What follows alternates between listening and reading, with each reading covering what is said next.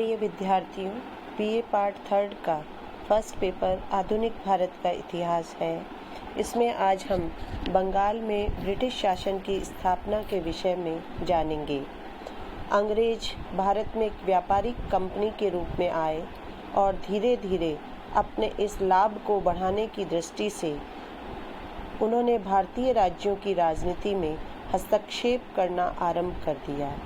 बंगाल भारत के पूर्वी क्षेत्र का एक समृद्ध प्रांत रहा है। मध्यकाल के दौरान यह मुगल साम्राज्य के अधीन एक सूबा रहा। 1705 ईस्वी में औरंगजेब ने मुर्शिद कुली खां को बंगाल का सूबेदार नियुक्त किया। 1732 ईस्वी में बंगाल के नवाब शुजाउद्दीन ने अलीवर्दी खां को बिहार का नायब सूबेदार बनाया। अपने कुशल प्रशासन के द्वारा और जमींदारों पर कठोर नियंत्रण स्थापित कर उसने बिहार की आर्थिक स्थिति को सुधारा और पहले की अपेक्षा अधिक लगान एकत्र किया। मुगल सम्राट को 20 लाख के स्थान पर उसने 30 लाख रुपए वार्षिक लगान भेजा, जिससे प्रसन्न होकर मुगल सम्राट ने उसे बंगाल की सूबेदारी का आज्ञा पत्र प्रदान कर दिया। अप्रैल 1740 में गिरिया के युद्ध में अलीवर्दी खां ने बंगाल नवाब सरफराज को हराकर बंगाल की सूबेदारी पर अपना अधिकार कर लिया। अंग्रेजों ने बंगाल में अपनी पहली कोठी यानी कि गोदाम 1681 ईस्वी में हुगली में बनाई थी। अंग्रेज डॉक्टर बॉटन ने शाही परिवार की एक महिला के उपचार कर देने से अंग्रेजों को मात्र 3000 रुपये वार्षिक में बंगाल, बिहार और उड़ीसा में मुक्त व्यापार करने की अनुमति मिल गई। शीघ्र ही अंग्रेजों ने कासिम बाजार, पटना और अन्य स्थानों पर भी अपनी कोठियां बना ली। 1698 ईस्वी में सूबेदार अजी मुशान ने उन्हें सूतानती, कालीघाट तथा गोविंदपुर की जिम्मेदारी दे दी। 1717 ईस्वी में मुगल सम्राट फर्रुखसियर ने अंग्रेजों को मिली हुई इन रियायतों की पुष्टि कर दी और उन्हें कलकत्ता के समीप अतिरिक्त भूमि किराए पर लेने की अनुमति भी प्रदान की। सूरत और हैदराबाद में व्यापार करने की अनुमति दी। बम्बई के टकसाल में ढलने वाले कंपनी के सिक्कों को मुगल साम्राज्य में मान्यता प्रदान की। इतिहासकार ओम्स ने इस फरमान को कंपनी का महाधिकार पत्र यानी मैग्ना कार्टा कहा है। अप्रैल 1756 में अलीवर्दी खां का नाती सिराजुद्दौला बंगाल का नवाब बना। सिराजुद्दौला के विरुद्ध शौकत जंग, जो सिराज की मौसी का लड़का था, वह भी गद्दी प्राप्त करना चाहता था और उसका समर्थन उसकी एक मौसी घसीटी बेगम, कुछ प्रभावशाली हिंदू जैसे राजवल्लभ आदि कर रहे थे। अंग्रेजों को यह आशा थी कि सिराज इस संघर्ष में हार जाएगा, इसलिए उन्होंने शौकत का समर्थन किया और सिराज के किलेबंदी संबंधी आदेश को मानने से इनकार कर दिया। इस समय तक अंग्रेजों द्वारा दस्तक प्रथा का दुरुपयोग बढ़ चुका था। दस्तक वह प्रमाण पत्र था जो अंग्रेज फैक्ट्री का अध्यक्ष कंपनी के सामान के संबंध में देता था, जिससे उस सामान पर चुंगी नहीं लगती थी।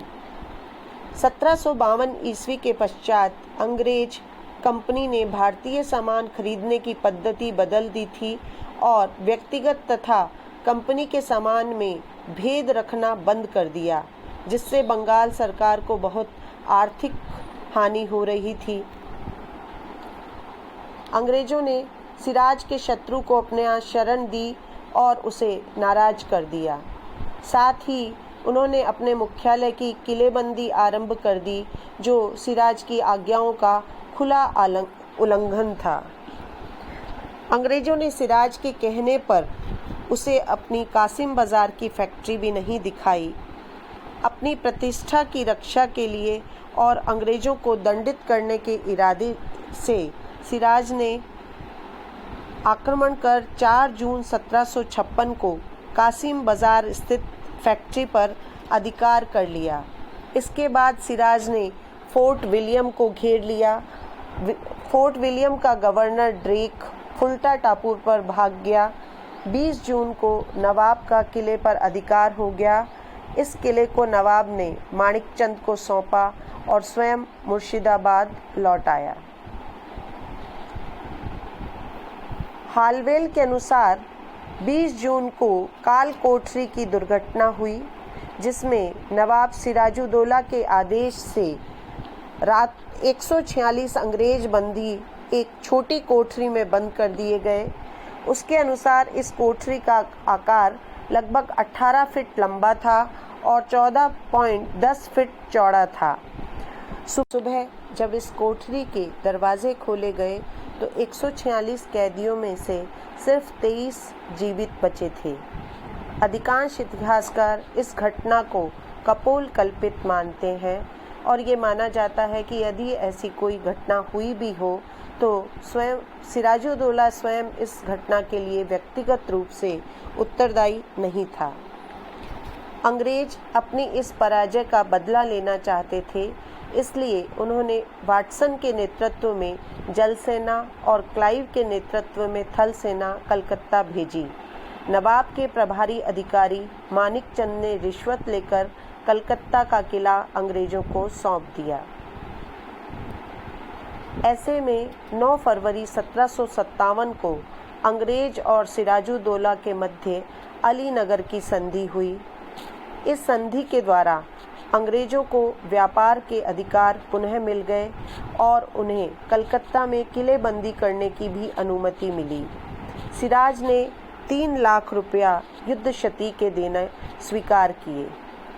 यद्यपि इस समय अंग्रेज और सिराज दोनों ही संधि करने के इच्छुक नहीं थे, किंतु अब्दाली के आक्रमण की आशंका और दरबारियों द्वारा क्लाइव से साठगांठ की आशंका के कारण सिराज ने इस संधि को सुविधाजनक सामयिक उपाय मानते हुए स्वीकार किया और क्लाइव भी आशंकित था कि कहीं उसे मद्रास न बुला लिया जाए अथवा नवाब फ्रांसीसियों से समझौता न कर ले, इसलिए उसने इस संधि को स्वीकार किया। किंतु दोनों ही पक्ष इस संधि को क्रियान्वित करने के पक्षधर नहीं थे। अंग्रेज फ्रांसीसियों का प्रभाव समाप्त करने के लिए नवाब बदलना चाहते थे। अतः क्लाइव ने एक षड्यंत्र रचकर नवाब के प्रधान सेनापति मीर जाफर, बंगाल के जगत सेठ, राय दुर्लभ तथा अमीन चंद को अपनी ओर मिला लिया। अंग्रेजों ने फ्रांसीसियों की बस्ती चंद्रनगर पर आक्रमण किया। उस समय सिराजुद्दौला ने फ्रांसीसियों की मदद की और क्षतिपूर्ति की रकम भी नहीं चुकाई। इसलिए संधि भंग का आरोप लगाकर क्लाइव मुर्शिदाबाद के लिए चला और सिराजुद्दौला भी अपनी राजधानी से 22 मील दक्षिण में स्थित प्लासी के मैदान जा पहुंचा। 23 जून 1757 को प्रातः 9 बजे युद्ध आरंभ हुआ। सिराज के सेनापति मीर जाफर और राय दुर्लभ लगभग निष्क्रिय खड़े रहे। ऐसे में सफलता क्लाइव को मिली और 29 जून को मीर जाफर नवाब बना दिया गया। सिराज को बंदी बनाकर उसकी हत्या कर दी गई।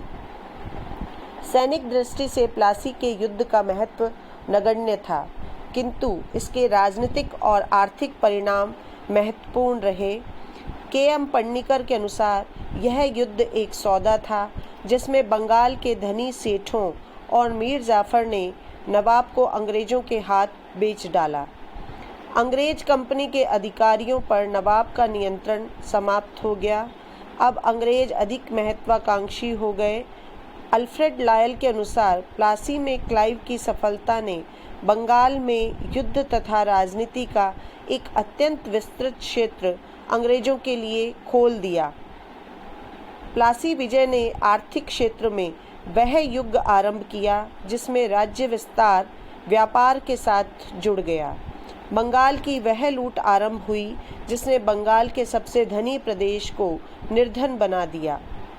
1759-60 के मध्य मीर जाफर ने लगभग 3 करोड़ रुपए अंग्रेजों को दिए और अगले 8 वर्षों में 15 करोड़ से अधिक का व्यापारिक लाभ कंपनी के अधिकारियों ने कमाया।